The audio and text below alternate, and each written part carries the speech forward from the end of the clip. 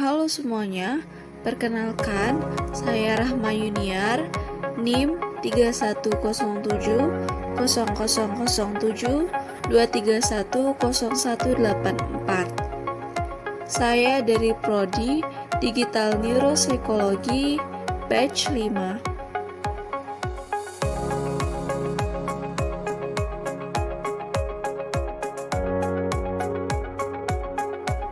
Halo Sobat Psikologi, pernahkah kamu merasa cemas akan tubuhmu sendiri? Atau mengenal seseorang yang begitu terobsesi untuk tampil kurus hingga rela tidak makan sama sekali? Nah, hari ini kita akan membahas sebuah kasus nyata tentang remaja yang mengalami anoreksia nervosa. Berdasarkan penelitian ilmiah yang dilakukan di SMA Negeri 4 Kota Langsa.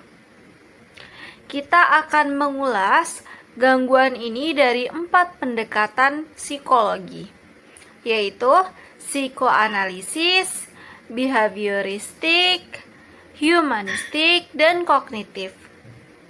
Bukan hanya itu, kita juga akan membedah bagaimana kepercayaan diri yang rendah dan tekanan sosial tentang standar kecantikan bisa membawa dampak serius pada kesehatan mental remaja. Yuk kita mulai. Dalam jurnal yang ditulis oleh Sri Ayu Melani dan kawan-kawan, peneliti mengungkapkan bahwa banyak remaja di SMA Negeri 4 Kota Langsa mengalami gejala gangguan makan, yaitu anoreksia nervosa. Mereka menjalani diet ekstrim, merasa tidak percaya diri, dan terobsesi dengan tubuh kurus sebagai standar kecantikan. Salah satu narasi menyebutkan bahwa seorang siswa merasa sangat malu jika berat badannya naik karena ia merasa tidak sesuai dengan citra tubuh ideal.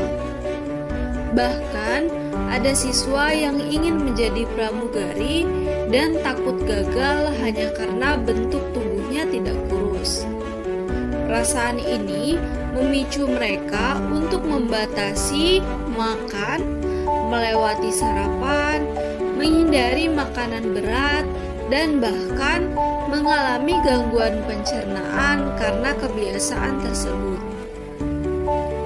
Mereka percaya bahwa menjadi kurus adalah syarat utama untuk diterima secara sosial. Beberapa siswa merasa bahwa teman-temannya lebih dihargai atau disukai karena memiliki tubuh yang ramping.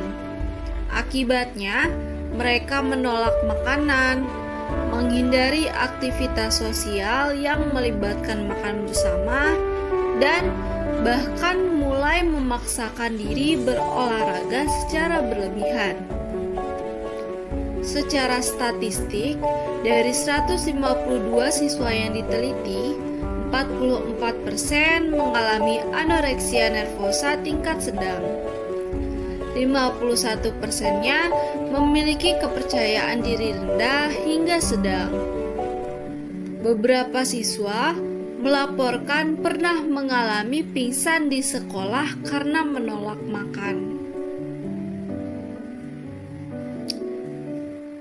Definisi dan diagnosis gangguan. Apa itu anoreksia nervosa? Menurut DSM-5, anoreksia nervosa adalah gangguan makan yang ditandai dengan ketakutan ekstrim terhadap kenaikan berat badan, penolakan makan, dan distorsi citra tubuh. Ciri khasnya, berat badan yang sangat rendah secara signifikan dibandingkan usia dan tinggi badan.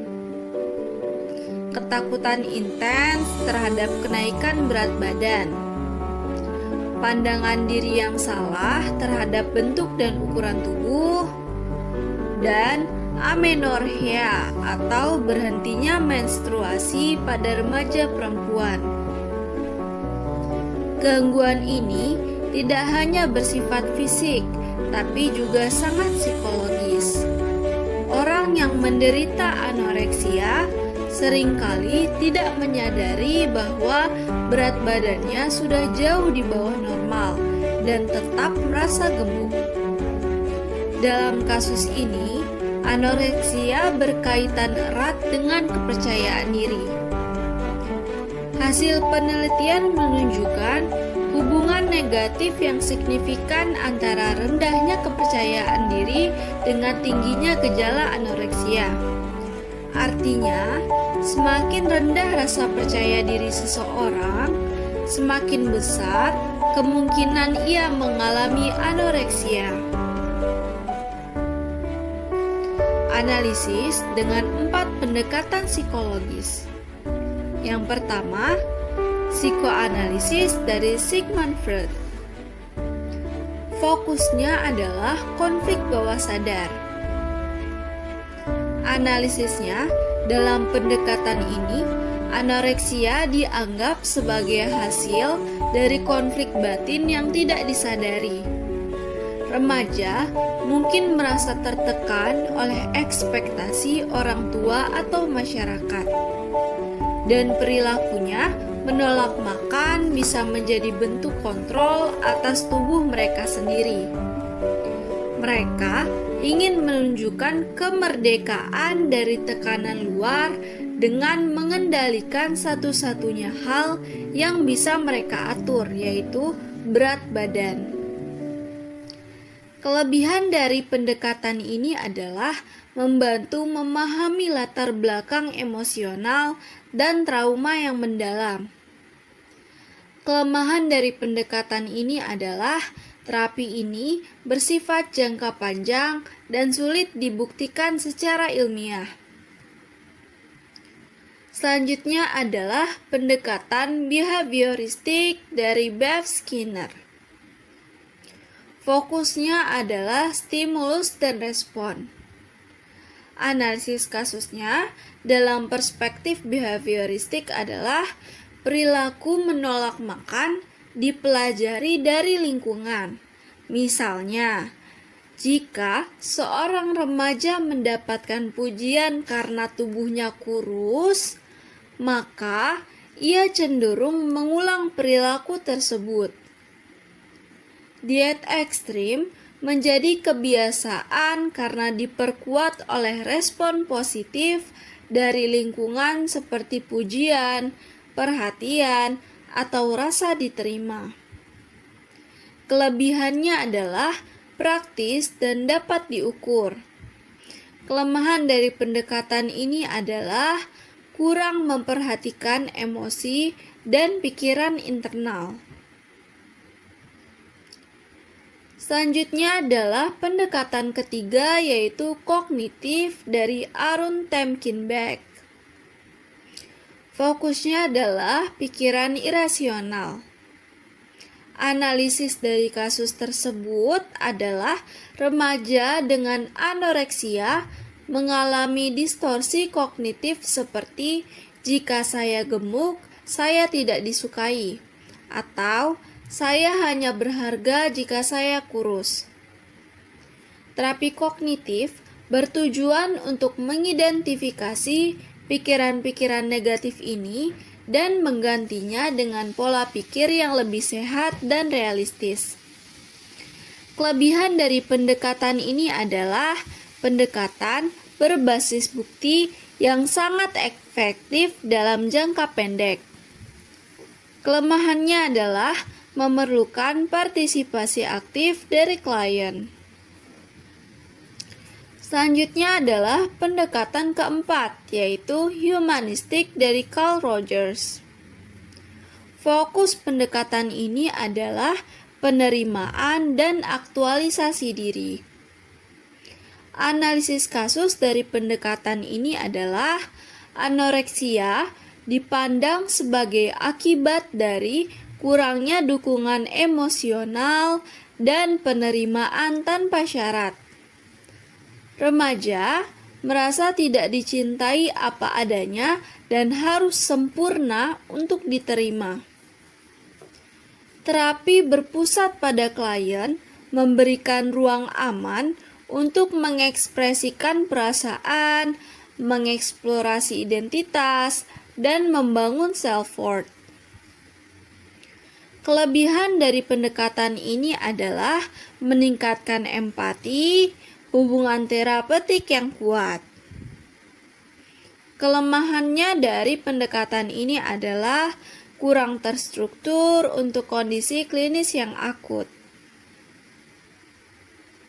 Berikut adalah perbandingan pendekatan dari 4 pendekatan yang ada. Yang pertama adalah psikoanalisis. Fokus utamanya adalah trauma masa lalu.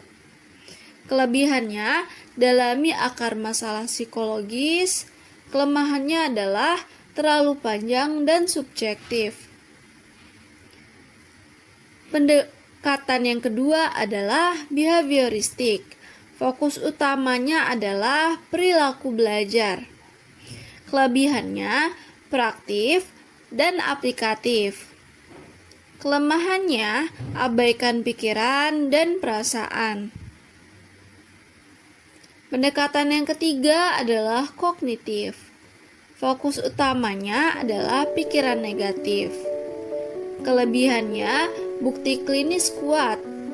Dan kelemahannya adalah perlu kerjasama dengan klien. Pendekatan yang keempat, humanistik. Fokus utama, penerimaan diri. Kelebihannya, fokus empati dan kemanusiaan. Kelemahannya, tidak cocok untuk kasus yang berat. Kesimpulan dari video ini adalah kasus anoreksia nervosa pada remaja seperti di Kota Langsa adalah fenomena serius yang berkaitan dengan rendahnya kepercayaan diri dan tekanan sosial terhadap citra tubuh. Gangguan ini bukan hanya soal pola makan, tapi cerminan dari konflik emosional, citra diri, dan pengaruh lingkungan yang tidak sehat. Karena itu, penanganan anoreksia perlu dilakukan secara integratif dengan menggabungkan pendekatan. Yang pertama adalah kognitif untuk merombak pola pikir yang salah. Yang kedua adalah humanistik untuk menumbuhkan penerimaan diri.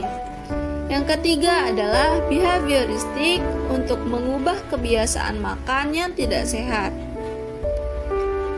Penting juga melibatkan keluarga dan lingkungan sekolah dalam membangun kesadaran tentang kesehatan mental dan standar kecantikan yang sehat. Terima kasih telah menonton. Jika kamu peduli dengan kesehatan mental dan ingin belajar lebih banyak, bisa dengarkan video-video saya yang lain ya. Kesehatan mental adalah hak semua orang. Sampai jumpa di video berikutnya.